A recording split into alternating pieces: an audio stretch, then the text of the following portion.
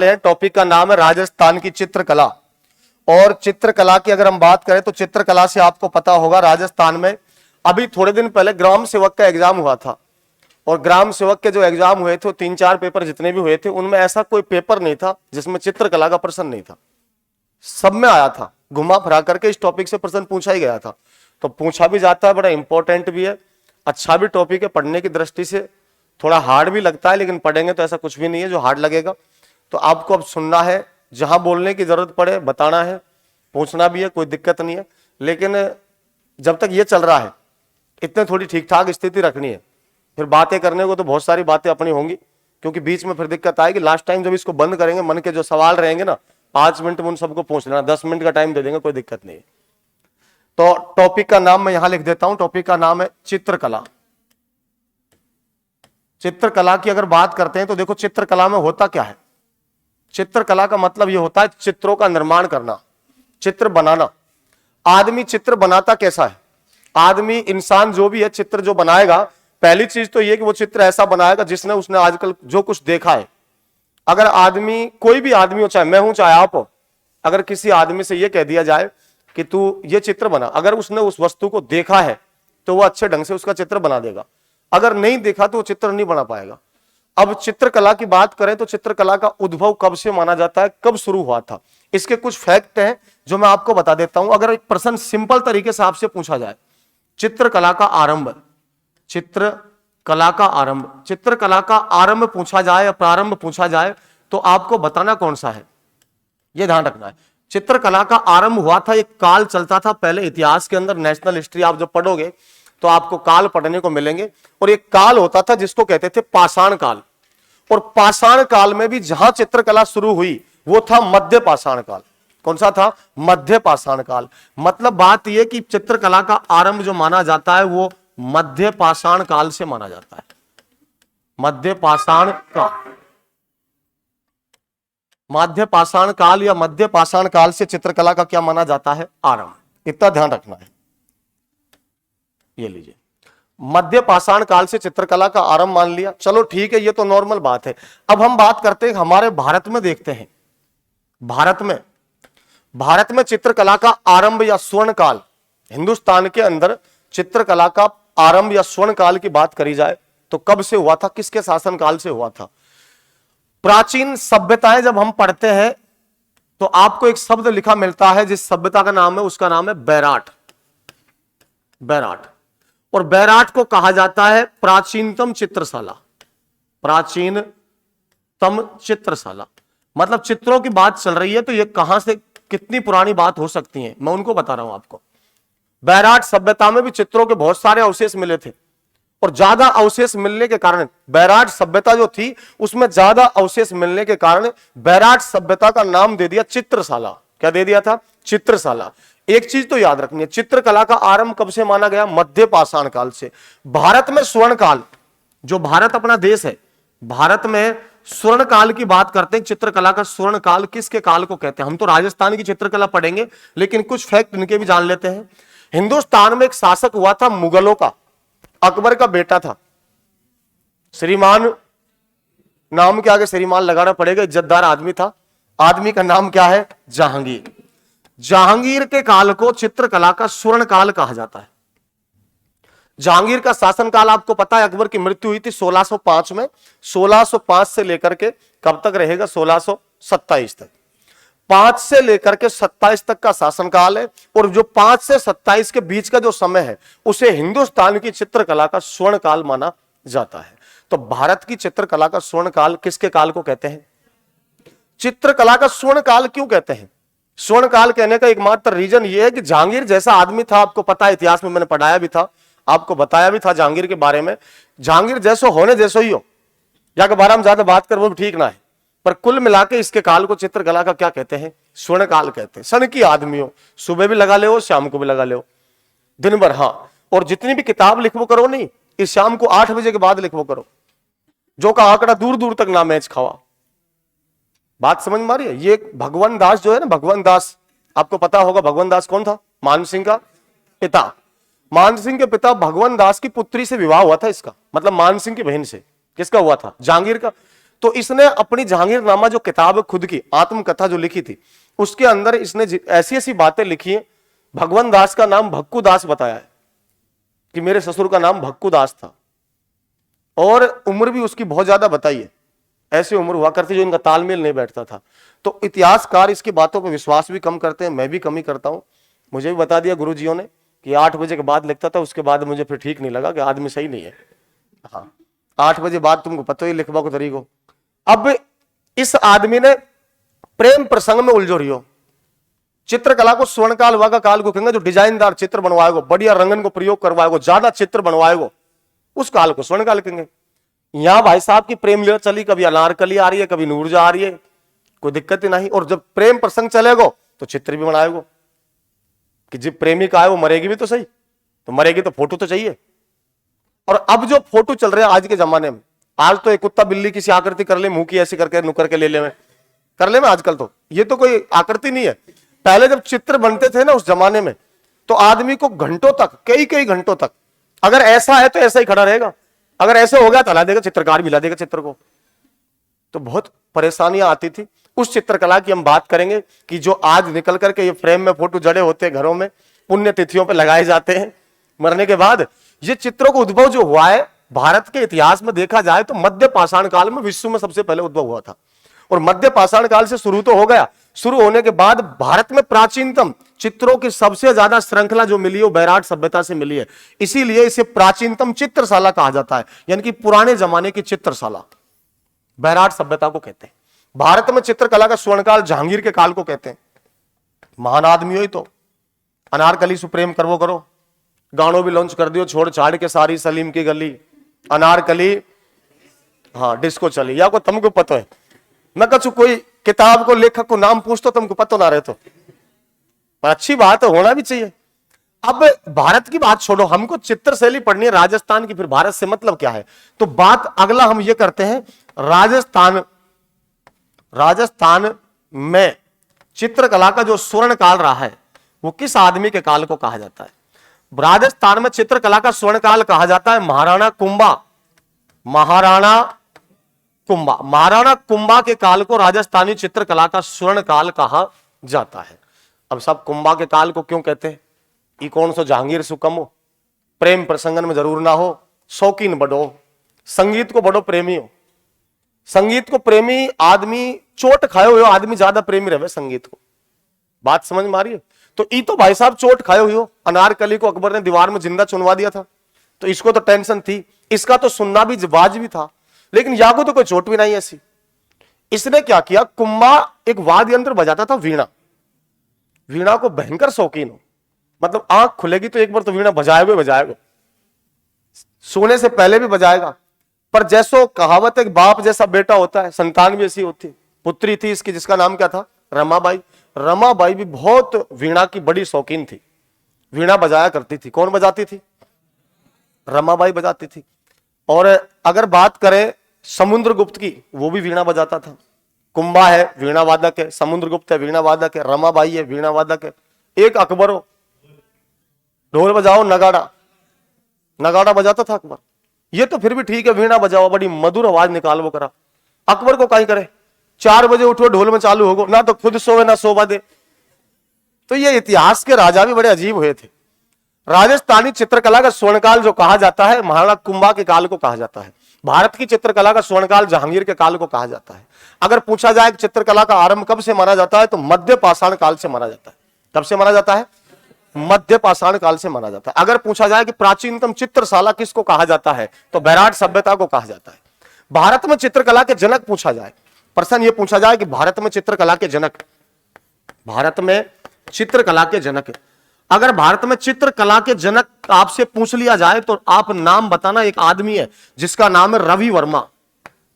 भारत में चित्रकला के जनक रवि वर्मा को माना जाता है। रवि वर्मा का संबंध दोस्तों केरल से रहा है। किस राज्य से रहा है? केरल।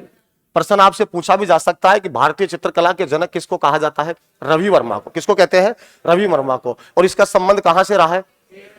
केरल से रहा है। तो ये तो नॉर्मल बात है। हम नेक्स्ट पेज पर चर्चा करते हैं इसकी, राजस्थान से संबंधित बातें करते हैं। अब राजस्थान से संबंधित जब बातें करेंगे तो एक चीज तो यह है कि राजस्थानी चित्रकला है, राजस्थानी चित्रकला, चित्रकला के आधुनिक जनक अगर आपसे पूछा जाता है तो आधुनिक जनक में आपको नाम बताना है कुंदन लाल मिस्त्री। कौन आएगा? कुंदन लाल मिस्त्री। एक व्यक्ति है जिसका नाम है कुंदन लाल। कुंदन लाल, कुंदन लाल क्या है? मिस्त्री है। गुरुजी काय को मिस्त्री है? काय को मिस्त्री है? चित्रकला में मिस्त्री रहे का। तुम भी बड़ा हैवी ड्राइवर हो रहा हो। चित्रकला में मिस्त्री खासू आएगो। चित्रकला में तो चितेरा आएगा। चित्रों को बनाने वाले को पेंटर बोल सकते हो आज के जमाने में, पहले चितेरा कहते थे। तुम डायरेक्ट मिस्त्री ला रहा हो।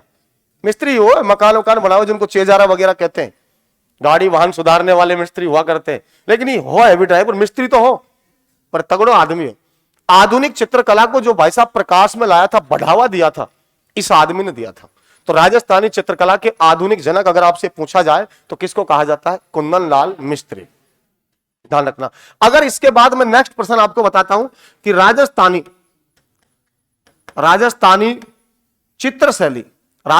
चित्र शैली की अगर बात की जाए तो राजस्थानी चित्र शैली का आरंभ कब से माना जाता है?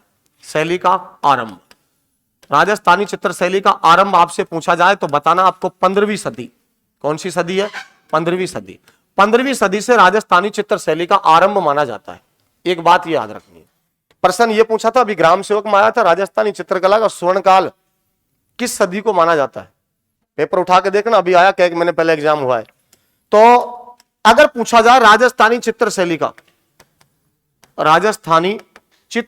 स्वर्ण काल, चित्र शैली का स्वर्ण काल पूछा जाए कौन सी सदी को माना जाता है तो आपको बताना है 17वीं 18वीं। 17वीं और वह 18वीं, इन सदियों को माना जाता है। ध्यान रखना। राजस्थानी चित्र शैली का स्वर्ण काल पूछा जाए तो 17वीं 18वीं सदी है। राजस्थानी चित्र शैली का आरंभ काल पूछा जाए तो 15वीं सदी है। राजस्थानी शैली का अगर आपसे पूछा जाए कि आधुनिक जनक कौन है तो आपको बताना है कौन है? कुंदन लाल मिस्त्री। कौन रहेगा? कुंदन लाल मिस्त्री। अगर बात करें जो राजस्थानी चित्रकला है, इस चित्रकला की बात करें, इसको सबसे पहले जैसे कि मैंने आपको बताया 17वीं सदी 18वीं सदी है, 17वीं 18वीं सदी को स्वर्ण काल कहते हैं। तो कौन ने कही बात? यह भी तो पता होना चाहिए हमको कि राजस्थानी चित्र शैली को स्वर्ण काल किसने बताया है 17वीं 18वीं सदी को।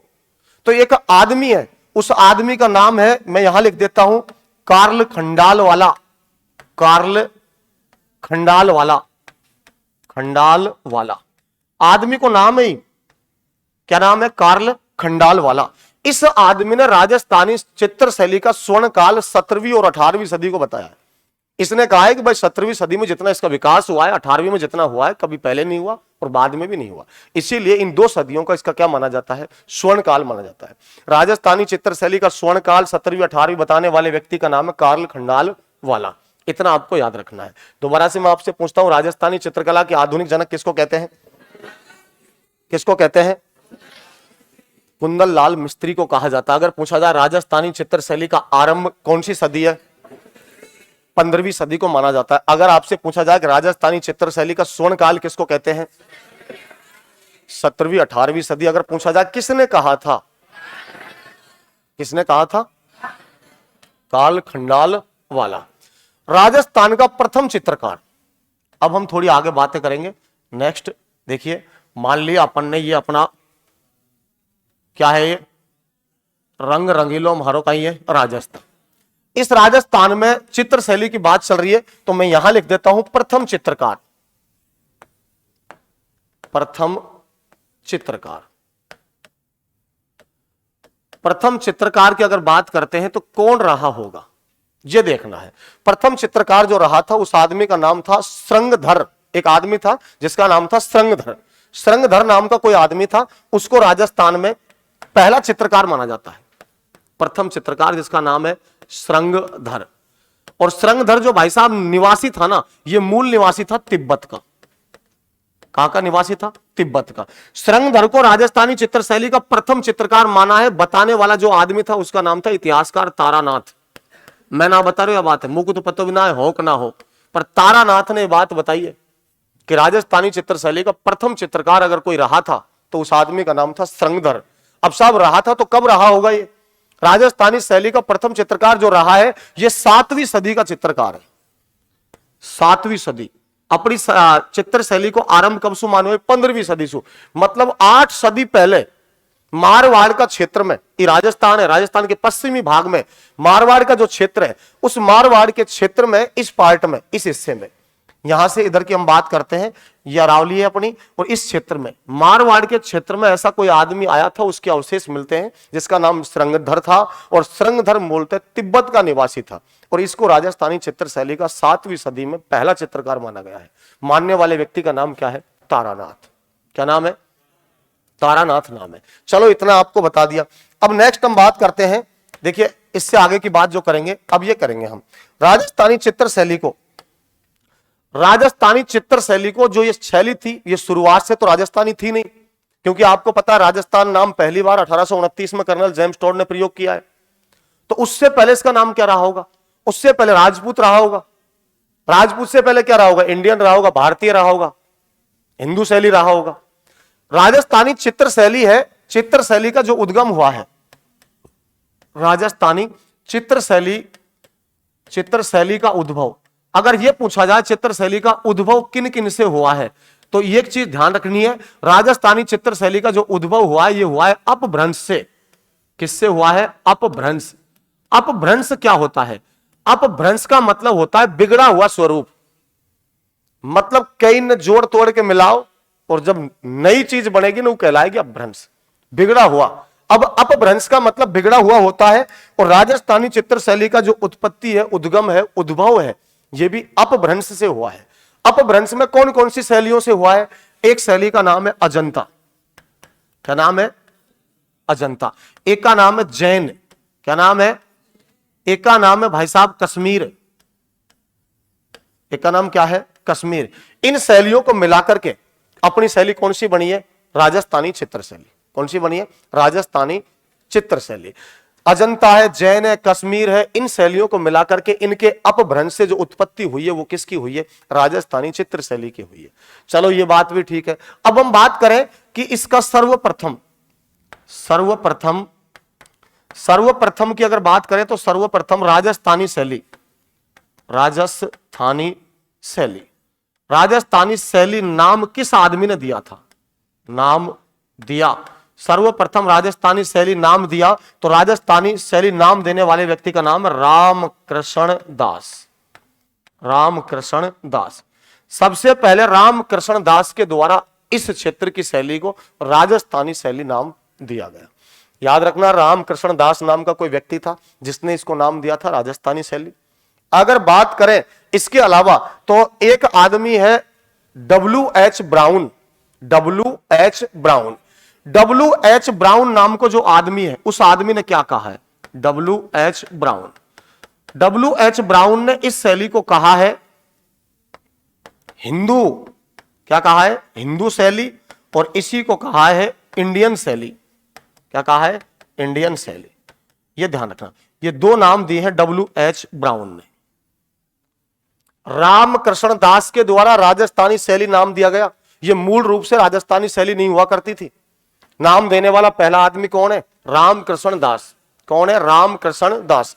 W.H. ब्राउन की बात करते हैं तो इस आदमी ने दिया था हिंदू शैली और इंडियन शैली का नाम दिया था। मैंने इस पेज पर आपको बताया कि राजस्थानी चित्र शैली के जो प्रथम चित्रकार माने जाते हैं वो श्रृंगधर को माना जाता है। किसको माना जाता है? श्रृंगधर नाम का कोई आदमी था जो 7वीं सदी में मारवाड़ के क्षेत्र का चित्रकार हुआ था, और उसको मानने वाले व्यक्ति का नाम है तारानाथ। तारानाथ के द्वारा इसको माना गया कि राजस्थान की चित्रकला का पहला चित्रकार यही था, 7वीं सदी में जो हुआ था।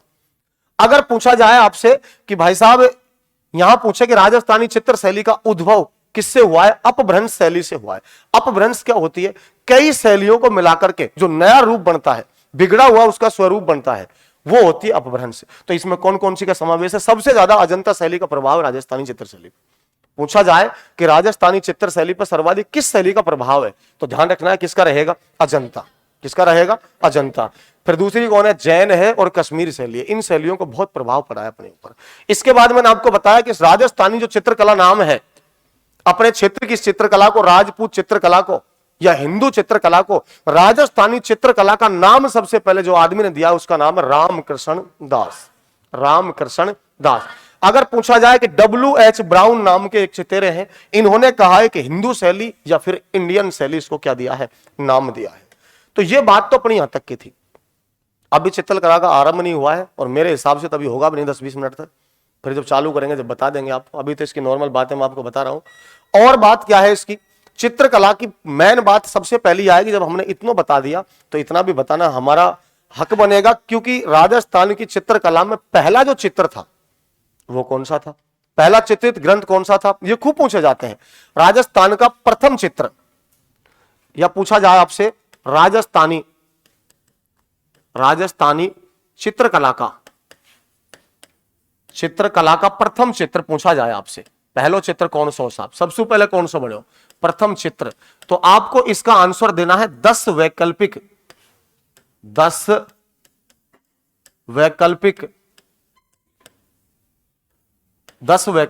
सूत्र। 10 वैकल्पिक सूत्र क्या है, एक चित्र है जो राजस्थानी चित्र शैली के अंदर सबसे पहले बना था, ऐसा माना जाता है कि सबसे पहले बना था ये। और 10 वैकल्पिक, इसी चित्र का दूसरा नाम है, इसी को कहते हैं औद्य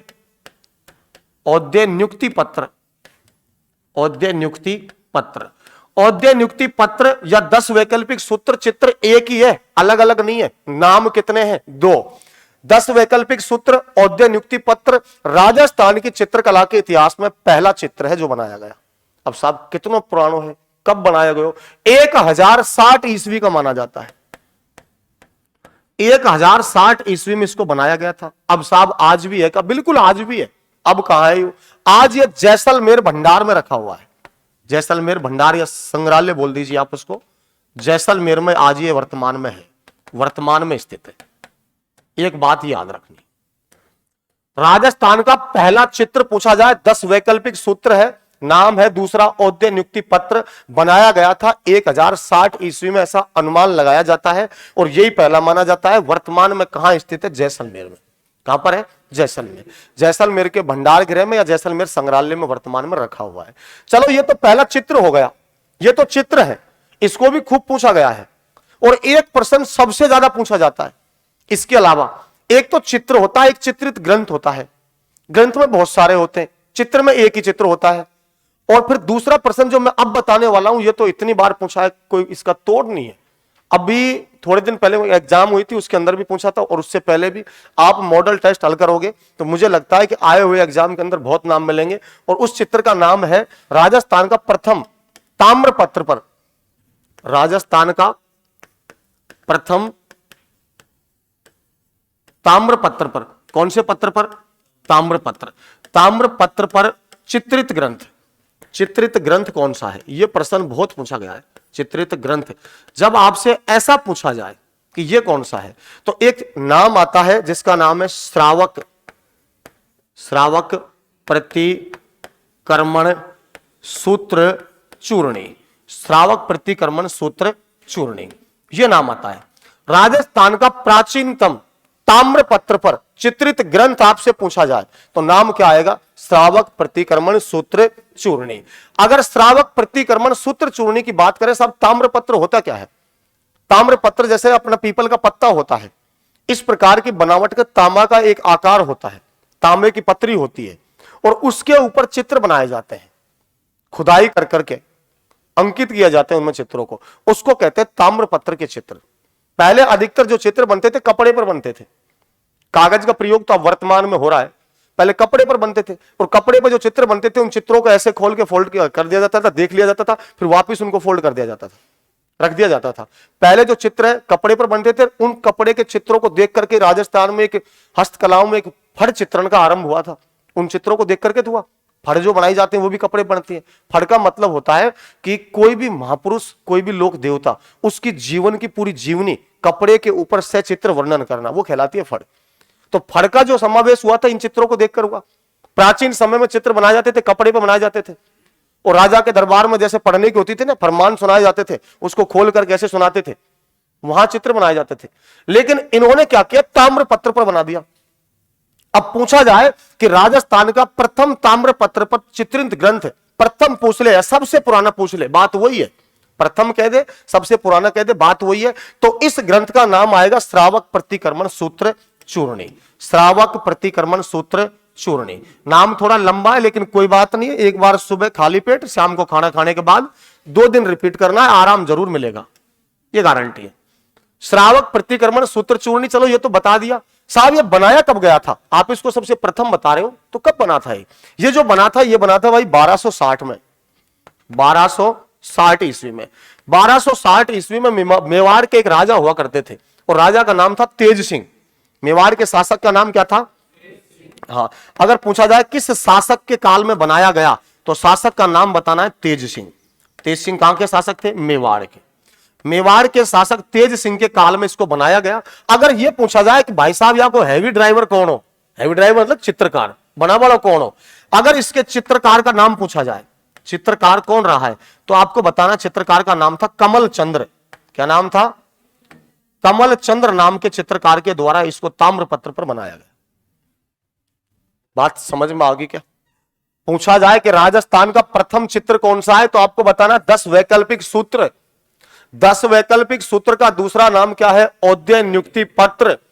कब बनाया गया? 1060 ईस्वी में। वर्तमान में कहां है? जैसलमेर भंडार में रखा हुआ है। अगर पूछे कि राजस्थान के इतिहास में प्रथम ताम्र पत्र पर चित्रित ग्रंथ आपसे पूछा जाए, तो फिर आपको बताना है श्रावक प्रतिक्रमण सूत्र चूर्णी। श्रावक प्रतिक्रमण सूत्र चूर्णी कब बनाया गया? 1260 में। किस शासक के समय? तेज सिंह के समय। बनाने वाला कौन था? कमल चंद्र था। इतना याद रखना है। पहला ताम्रपत्र वाला हमको पता लग गया, पहला चित्र का हमको पता लग गया, दूसरा इतना इंपॉर्टेंट नहीं है, पर दूसरा भी मैं आपको बता देता हूं। एक दूसरा चित्रित ग्रंथ है, दूसरा चित्रित ग्रंथ आपसे पूछा जाए, दूसरा चित्रित ग्रंथ, तो दूसरा चित्रित ग्रंथ आपको याद रखना है। एक जो ग्रंथ रहेगा उसका नाम रहेगा सुपाह्य सने।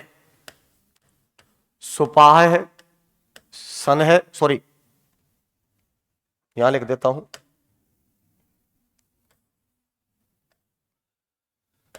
सुपार्श्व चर्यम।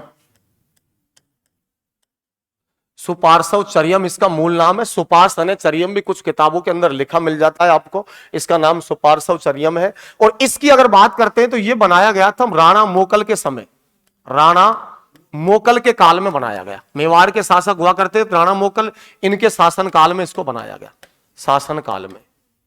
अब शासन काल आपको पता है 1422-23 के आसपास इसको बनाया गया था, इतना भी याद रखना है। मैं यहां लिख देता हूं 1422 या 23 में इसको बनाया गया। बनाने वाले चित्रकार का नाम भी मैं लिख देता हूं, यहां नाम लिखता हूं हीरानंद। हीरानंद के द्वारा इसको बनाया गया। इसके जो पेंटर हैं, इसके हैवी ड्राइवर है, उनका नाम क्या है? हीरानंद। ये राजस्थान का दूसरा प्राचीन चित्रित ग्रंथ है। मेवाड़ के महाराणा मोकल के समय बनाया गया। बनाने वाले का नाम हीरानंद है। कब बनाया गया? 1422-23 में। नाम क्या है? सुपार्श्व चर्यम। सुपार्श्व चर्यम इसका नाम है। सुपार्श्व चर्यम भी आपको मिला सकता है। पहला चित्र बता दिया, चित्रित ग्रंथ बता दिया, दूसरा बता दिया। ये तो मैंने आपको नॉर्मल बातें बता दी। अब हम पढ़ते हैं चित्रकला। चित्रकला शुरू अब करेंगे, अब तक तो बस ऐसे ही टाइम पास हो रहा था। देखिए, राजस्थानी चित्रकला, राजस्थान की चित्रकला, राजस्थान की चित्रकला की बात करते हैं। एक बार इसको शुरू करने से पहले मैं पिछले जो बिंदु मैंने आपको बताया, इनको थोड़ा सा रिपीट कर लेते हैं, सबको देख लेते हैं, दिमाग में भी रहेगा आपके। यहां से बात करते हैं, सुन लेना एक बार गौर से, इधर ध्यान देना। टॉपिक अपना कौन सा था? कौन सा था? चित्रकला का आरंभ किस काल में माना जाता है? मध्य पाषाण काल। भारत में चित्रकला का स्वर्ण काल किसके काल को कहते हैं? जहांगीर के काल को हिंदुस्तान में चित्रकला का स्वर्ण काल कहा जाता है। राजस्थान में चित्रकला का स्वर्ण काल किसको कहते हैं? महाराणा कुंभा के काल को कहा जाता है। राजस्थान की या भारत की प्राचीनतम चित्रशाला किसे कहा जाता है? बैराट सभ्यता। बैराट सभ्यता, बैराट सभ्यता को प्राचीनतम चित्रशाला, चित्रों की चित्रशाला कहा जाता है। इसके अलावा मैंने बताया भारत में चित्रकला के जनक किसको कहते हैं? रवि वर्मा का संबंध किससे रहा है? कहां का निवासी था? केरल। इसके बाद मैंने बताया राजस्थानी चित्रकला के आधुनिक जनक किसको माना जाता है? तो आदमी का नाम आएगा कुंदन लाल मिस्त्री। इसके बाद मैंने बताया कि राजस्थानी चित्र शैली का आरंभ कौन सी सदी में माना जाता है? 15वीं सदी। इसके बाद बताया राजस्थानी चित्र शैली का स्वर्ण काल किस काल को कहते हैं? 17वीं और 18वीं सदी के काल को राजस्थानी चित्र शैली का स्वर्ण काल कहा जाता है। कहने वाले व्यक्ति का नाम क्या आएगा? कार्ल खंडालवाला। क्या आएगा? खंडेलवाल मत बोलियो, खंडालवाला ही, खंडेलवाल ना है। चलो नेक्स्ट चलते हैं। राजस्थानी चित्र शैली के अंदर पहला चित्रकार किसको माना गया है? श्रृंगधर नाम के आदमी को माना गया। कहां का निवासी था? तिब्बत का। किसने माना है? तारानाथ ने बताया था। कौन सी सदी में रहा था ये? 7वीं सदी में। कौन से क्षेत्र में? राजस्थान में, मारवाड़ में। कहां रहा था? मारवाड़। इसके बाद मैंने आपको बताया कि राजस्थानी चित्र शैली का उद्भव जो हुआ है अपभ्रंश शैलियों से हुआ है, और जिनमें सबसे ज्यादा प्रभाव जो मिलता है अजंता, जैन, कश्मीर का मिलता है। ठीक है। राजस्थानी यानी कि राजस्थानी, सर्वप्रथम राजस्थानी शैली का नाम यानी कि राजस्थानी जो चित्र शैली है, यह नाम सबसे पहले, इससे पहले राजपूत शैली हुआ करता था, तो यह नाम देने वाले व्यक्ति का नाम क्या था? रामकृष्ण दास। अगर पूछा जाए कि W.H. ब्राउन ने इसे क्या नाम दिया था? हिंदू शैली या इंडियन शैली का इसको क्या दिया था? नाम दिया था। चलो ये तो बात यहां की हुई। आगे नेक्स्ट पेज पर हम चलते हैं। अगला जो पेज है, राजस्थानी चित्रकला का प्रथम चित्र कौन सा है? 10 वैकल्पिक सूत्र। इसका दूसरा नाम क्या है? औद्य नियुक्ति पत्र। कब बनाया गया? वर्तमान में कहां रखा है? जैसलमेर में रखा है। अगर आपसे पूछा जाए कि राजस्थान का प्रथम ताम्र पत्र पर चित्रित ग्रंथ कौन सा है? श्रावक प्रतिक्रमण सूत्र चूर्ण। किसने बनाया था?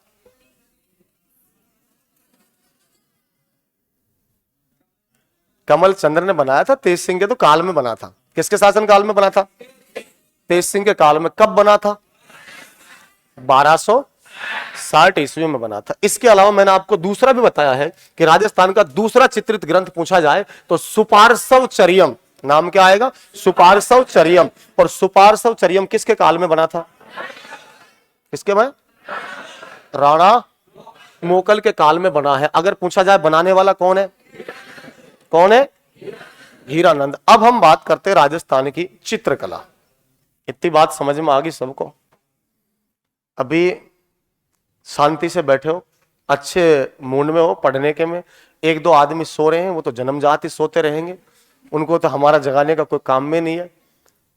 मैं खास तौर से जिनसे कह रहा हूं वो समझ भी रहे हैं, मत सोया करो पर थोड़ा ध्यान दिया करो। ठीक है। देखो राजस्थानी चित्र शैली की बात करते हैं तो इसका राजस्थानी चित्र शैली का सर्वप्रथम विभाजन करने वाला, बांटने वाला आदमी कौन है? वो भाई साहब, राजस्थानी चित्र शैली का सर्वप्रथम विभाजन करने वाला कौन आदमी था? राजस्थानी चित्र शैली का सर्वप्रथम विभाजन, यहां लिख देता हूं विभाजन, और विभाजन की बात आती है तो विभाजन करने वाले व्यक्ति का नाम है, एक आदमी है जिसका नाम है आनंद कुमार और स्वामी। जो को नाम ही आनंद है, आदमी तो तगड़ो ही होएगो। आनंद कुमार स्वामी ने 1916 की बात एक किताब लिखी, और 1916 ईस्वी में जब किताब लिखी उस किताब का नाम रखा है राजपूत पेंटिंग। राजपूत पेंटिंग। एक चीज तो थारे समझ में यह बात आ गई होगी कि आदमी चित्र वैसा ही बनाएगा जैसा आदमी देखेगा। मारवाड़ के क्षेत्र में देखो कॉमन सेंस से भी प्रश्न हल होने वाले हैं। अगर उदयपुर की चित्र शैली का कछु पूछे तो उदयपुर के आसपास जो ज्यादा चीज है चित्र उनका ही बनेगा। जोधपुर बीकानेर की पूछे तो जो ज्यादा है वहां उसी के बनेंगे। मारवाड़ शैली की विशेषता पूछी जाए कौन कौन सी विशेषता है तो अपने आप ही पता लग जाएगा। रेत का टीला है, झाड़ है, कुत्ता है, ऊंट है, गधा है, घोड़ा है, यही है। मरुस्थल में यही मिलते हैं। कटीली झाड़ियां मिलेंगी, ऊंट मिलेंगे, घोड़े मिलेंगे, गधे मिलेंगे, कुत्ता मिलेंगे, रेत के टीले मिलेंगे। अब यह विशेषता क्यों है? वहां के चित्रकार प्रारंभ से अंत तक पूरे जीवन में उन्होंने देखा यही है, घोड़ा, गधा, ऊंट, कुत्ता। अब जो आदमी जैसा देखेगा वैसा ही चित्र बनाएगा। जो आदमी जो चीज को देखेगा नहीं उसका चित्र नहीं बनाएगा। तुम कितने भी बढ़िया चित्रकार हो, मैं तुम सुखो मेरे दादाजी को चित्र बना दे, बना सकोगा? बना सकोगा? ना बने।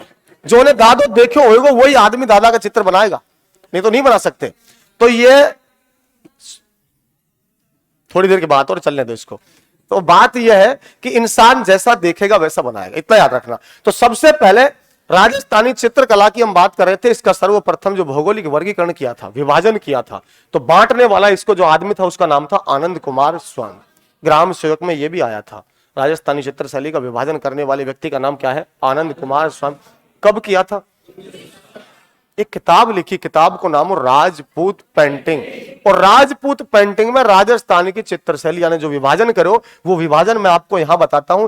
इसने राजस्थानी चित्रशैली को 4 भागों में बांटा। एक नाम दियो मारवाड़, कुणसो वाड़, हाँ जर्नल वाड़ मत कर दीजो, कुणसो वाड़ है मारवाड़। एक नाम दियो यानी दूसरो मेवाड़। क्या दिया था? मेवाड़। कुणसो वाड़ है। एक यानी नाम दियो ढूंढाड़। कहीं दियो? ढूंढाड़। और ढूंढाड़ की बात करें या कि एक नाम दिया ने, चौथा जो नाम दिया था वो दिया था हाड़ोती। क्या दिया था? हाड़ोती। मतलब कितने भागों में बांटा है? 4। राजस्थानी चित्रशैली को डॉक्टर आनंद कुमार स्वामी के द्वारा 1916 में 4 भागों में बांटा गया। अब 4 भागों में बांट तो दिया, एक शैली तो इसने बना दी मारवाड़ शैली, एक बना दी मेवाड़ शैली, एक बना दी ढूंढाड़ शैली और एक बना दी हाड़ोती शैली। 4 पार्टों में बांट दिया। अब ये 4 पार्टों में कवर नहीं होगा, पूरा क्षेत्र कवर करेंगे अकेले मारवाड़ से केंद्र बिंदु कैसे बनाएंगे? छोटे छोटे क्षेत्रों में अलग अलग बात आती है। मान लो मारवाड़ के पास में कोई किशनगढ़ है, आज शैली है जो इसकी उपशैली बना रखी है।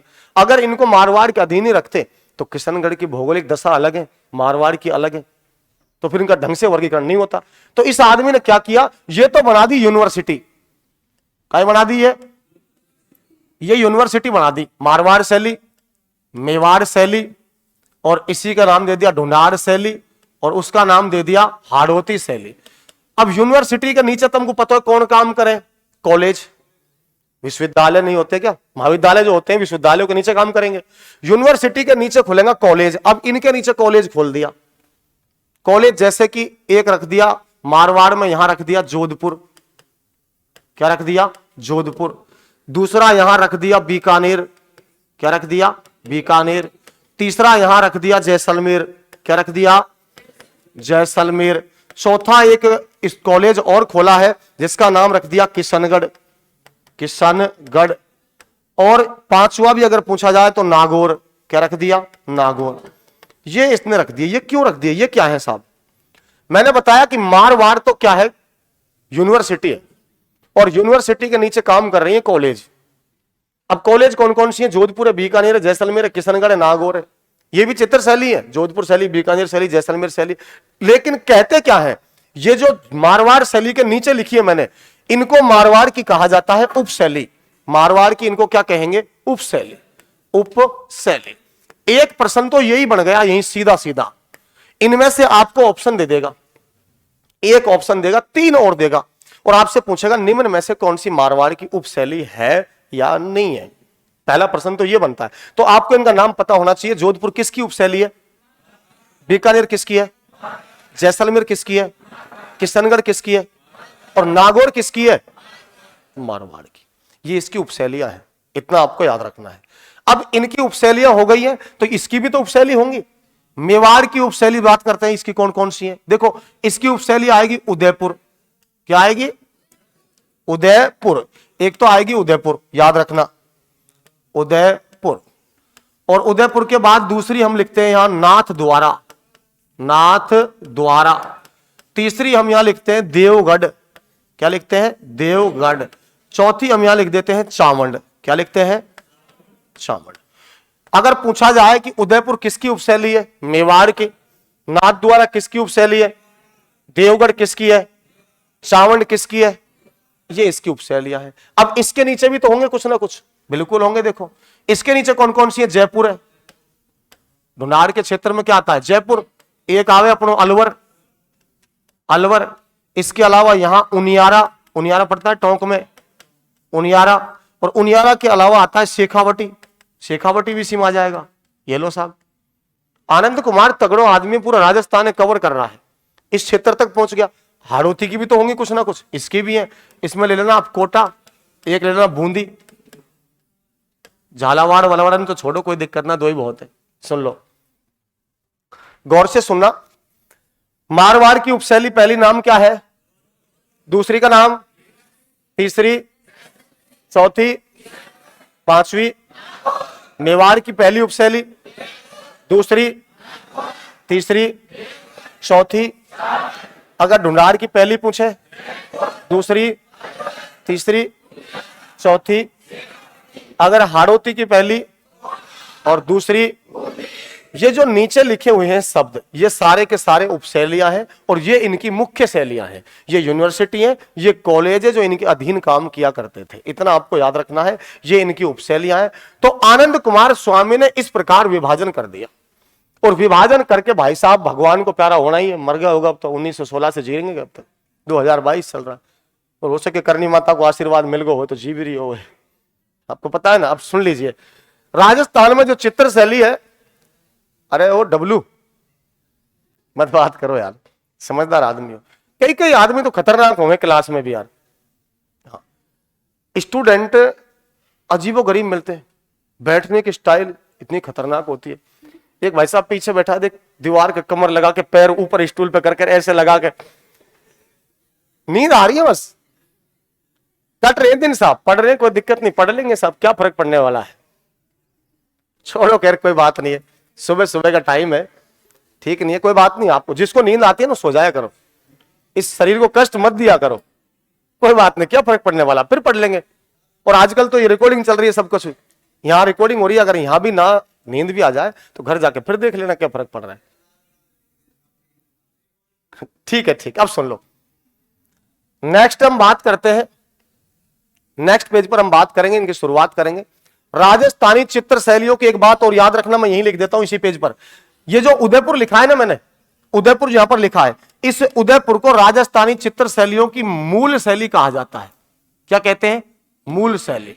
मूल शैली को मतलब हो राजस्थानी चित्र शैली को उद्गम स्थल राजस्थान में कौन सी जगह से हुए, उदयपुर या मेवाड़। मेवाड़ शैली को मूल शैली कहा जाता है। मेवाड़ शैली को क्या कहते हैं, मूल शैली। और मेवाड़ शैली का मतलब क्या है, उदयपुर, ये ध्यान रखना है। यहां से राजस्थान में चित्रकला की शुरुआत हुई। अब हम एक एक करके बात पढ़ने वाले हैं। आज जो हम लेते हैं, जो पहला नंबर पे लेंगे हम, जो शैली मारवाड़ से शुरू करेंगे, मारवाड़ की शैलियों को पढ़ना आरंभ करेंगे। यहां लिख देता हूं मैं मारवाड़ शैली। और मारवाड़ शैली की अगर बात करें तो एक एक करके नंबर लेते हैं। मारवाड़ में सबसे पहले लेते हैं हम जोधपुर। क्या लेते हैं, जोधपुर। एक नंबर पे मैंने यहां लिख दिया जोधपुर शैली। और जोधपुर शैली की बात करेंगे तो देखो गौर से सुनना, एक चीज तो यह समझनी है पहले, रंग, आंख, चित्रण में आंखन पे बड़ो गौर दियो जावे, फोटो में जो गौर दियो जावे ना वो आंख पे दियो जावे, मछली नुमा, बादाम नुमा। आदमी की कई कई विशेष प्रकार की आंख रहे ना रहे। अब तुम गौर करियो, तुम्हारी बताइयो कल कौन कौन सा की कौन सी आकृति की आंख है। हाँ, जहरीली यू कौन सी आकृति होगी, जहरीली कोई आंख आकृति होगा, तगड़े आदमी हो यार। अरे मैं आकृति की बात कर रहा हूं, जहरीली कोई आकृति नहीं होती। छोड़ो यार, तुम सुन लो।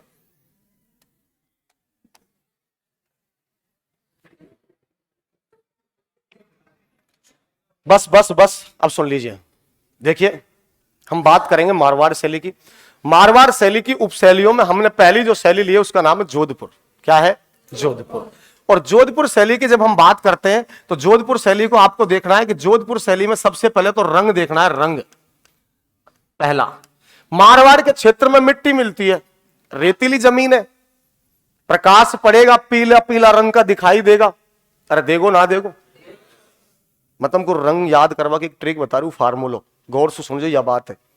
वैसे तो याद होगा ना, रट्टा मारवा से तो भूल जाओगा। उदयपुर शैली के अंदर झील ज्यादा है, उदयपुर में झील ज्यादा है। आसमान से नीचे देखने पर पानी का रंग नीला दिखाई देता है। झीलन में पानी भरे हुए को तोड़ा थोड़ी भर रखा है झीलन में, समझ में आ रही है ना बात। आसमान से नीचे की तरफ देखने पर जो पानी होगा उसका रंग नीला दिखाई देगा। इसका मतलब उदयपुर शैली में नीले रंगों का क्या होगा, प्रयोग। मारवाड़ में रेत है, मैंने तो ऐसे याद किया जैसे तुमको बता रहा हूं। मारवाड़ में क्या है, रेत है। रेत कैसी है आपको पता है, भूरे रंग की है। प्रकाश से पड़ेगा बिल्कुल येलो रंग हो जाएगा, धरातल पीला दिखाई देगा। रंग कैसे होएगो, कैसे होएगो। हाड़ौती शैली की बात करें, हाड़ौती की, हाड़ौती शैली, 4 ही शैली है, मेवाड़ बता दी, मारवाड़ बता रहा हूं। हाड़ौती की बात करें, हाड़ौती में आपको पता है राजस्थान में सर्वाधिक वर्षा वाला संभाग भी वही है, और जहां बरसात ज्यादा होगी वहां पेड़ ज्यादा होगा, और जहां पेड़ ज्यादा होगा पेड़न को रंग कैसे रहे, बस तो हरा रंग होगा इसमें। बचगी ढूंढाड़, ढूंढाड़ को आपको पता राम सिंह द्वितीय के द्वारा गेरुआ रंग से रंगवाया गया था। गेरुआ रंग सुना रंगवायो का, गुलाबी नगरी बोले, बस तो गेरुआ रंग को प्रयोग होगा जयपुर में। अब भी कोई दिक्कत आवे तो फिर कोई इलाज ना, ब्रह्मा जी नीचे आएगो ने वही बता सके कौन सा रंग को प्रयोग है। हाँ, तो मारवाड़ शैली में जिस रंग का प्रयोग होगा उस रंग का नाम रहेगा पीला। क्या रहेगा, पीला। अगर पूछा जाए वृक्ष, मारवाड़ शैली में वृक्ष कौन से बने, अब थारा हिसाब से रेगिस्तान में वृक्ष कहीं का बनेगा, खेजड़ी, कटीली झाड़ियां, कटीली झाड़ियां याद रखना आपको बस। हाँ, कटीली झाड़ियां, कटीली झाड़ियां, कटीली झाड़ियां बनी है। कुछ जगह क्या किया है इनने, कटीली झाड़ियां तो बन गई, फिर इनने सोचा मारवाड़ शैली वालों ने कि यार अपने चित्रों को कोई देखेगा तो दुनिया हम पे हंसेगी, कि इनके पास कुछ और पेड़ थे ही नहीं क्या, इनने सारी कटीली झाड़ियां क्यों बनाई है, तो एक काम करते हैं दूसरे के चित्र देख लेते हैं किसी के और ऐसे पेड़ बना देते हैं। तो मारवाड़ों का, मारवाड़ के लोगों का संपर्क था मेवाड़ में, और मेवाड़ में पता है आम के पेड़ बनते थे। इनने सोची यार फलों में भी राजा है, आम फलों का राजा है, अच्छा वृक्ष है, कटीली झाड़ी इनके साथ साथ आम भी बना देवे, जबरदस्ती आम बना दिया। चलो भाई साहब ठीक है। वृक्ष की बात पूछी जाए तो कटीली झाड़ियां और आम वृक्ष किस शैली में बनाए गए, मारवाड़ में।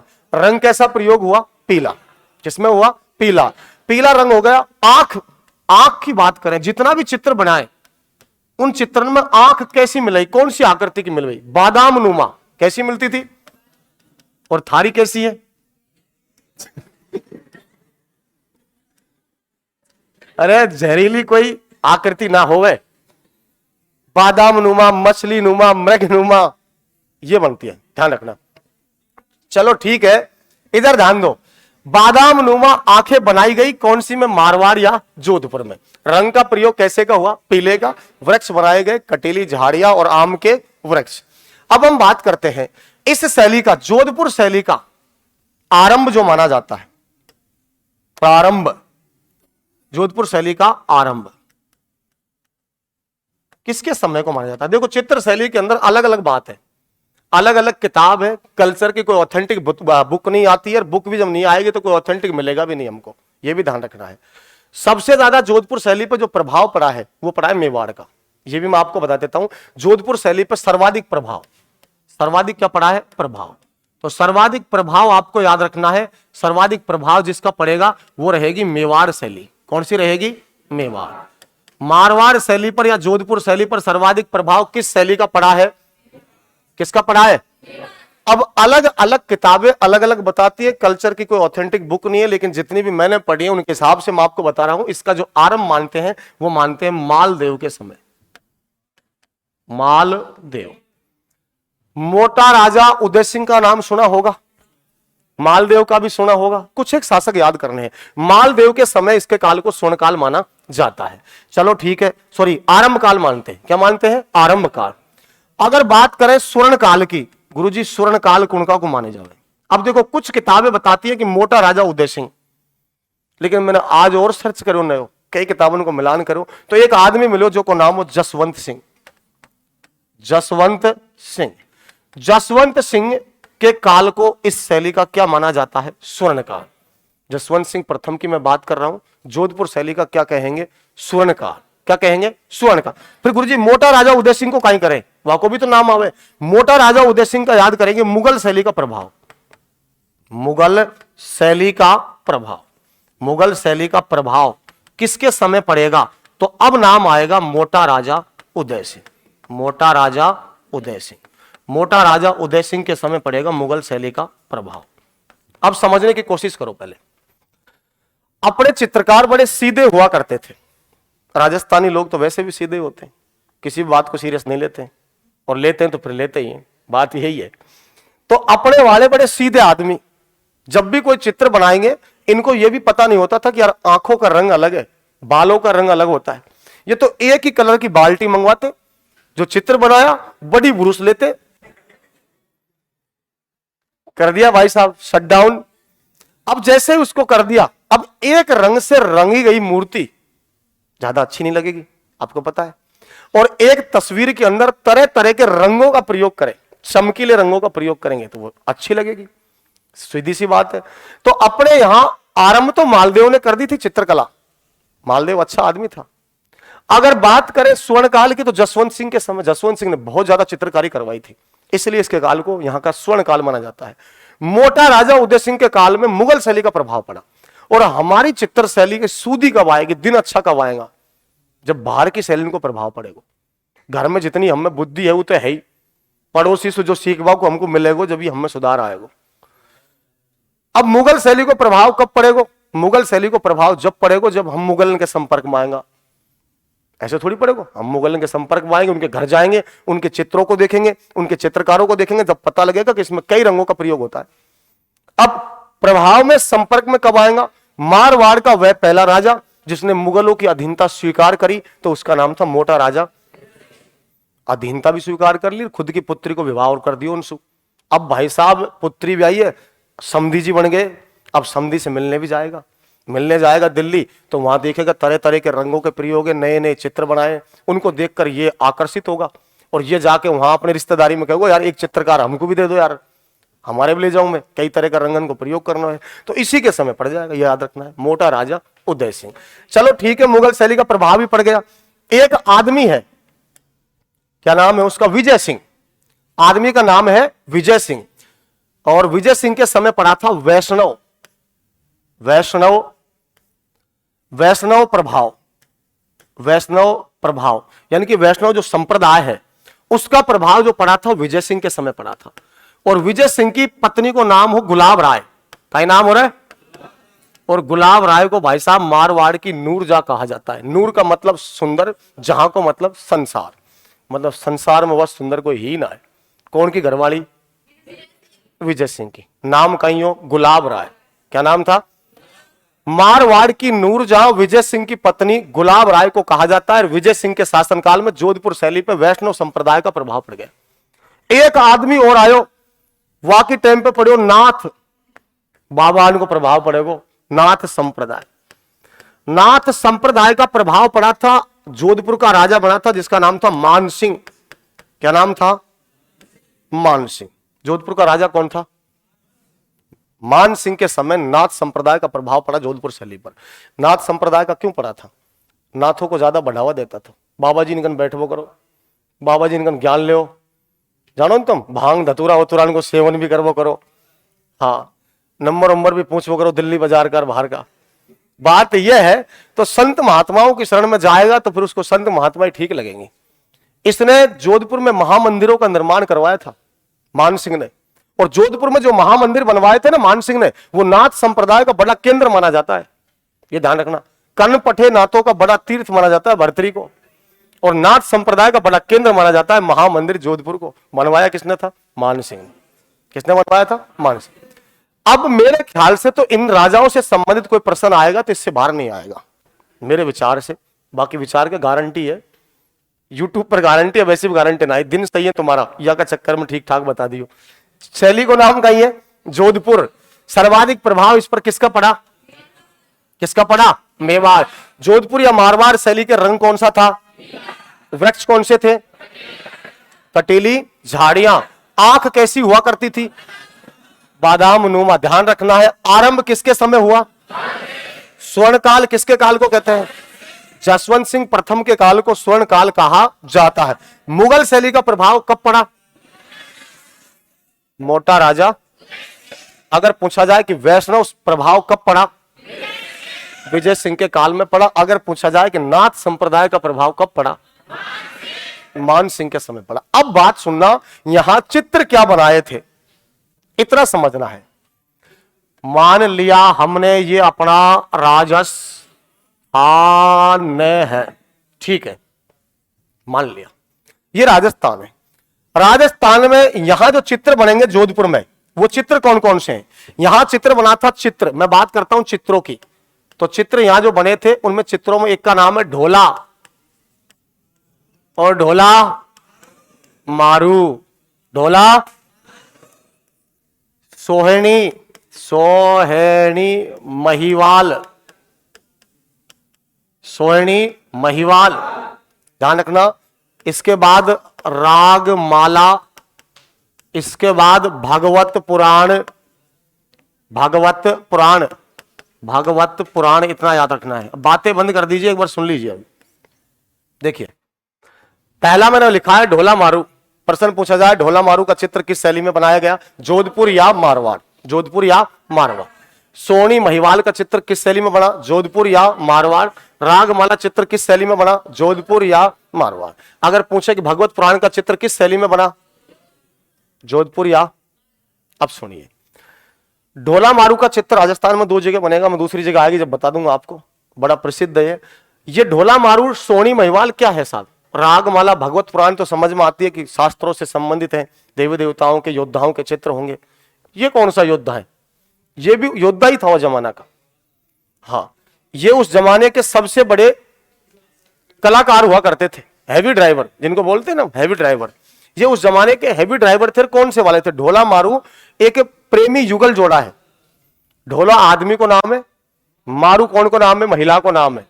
इन दोनों की प्रेम लीला चली, या प्रेम लीला चले जिनके ऊपर चित्र बनेगा गुरुजी, बिल्कुल बने। प्रेम लीला ढंग से चलनी चाहिए इनकी तरह, ऐसे चलवा से कोई मतलब ना है। आजकल कोई प्रेम लीला थोड़ी है, लैला मजनू हीर राजा नाम सुनते हो ना, किताबों में लिखे हो उनके नाम।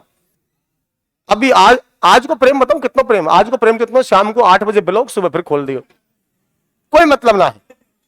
2 घंटा रात होगी, तीसरा घंटा वैसे वैसे ही। तो ये कोई बात छोड़ो। अब हम बात करते हैं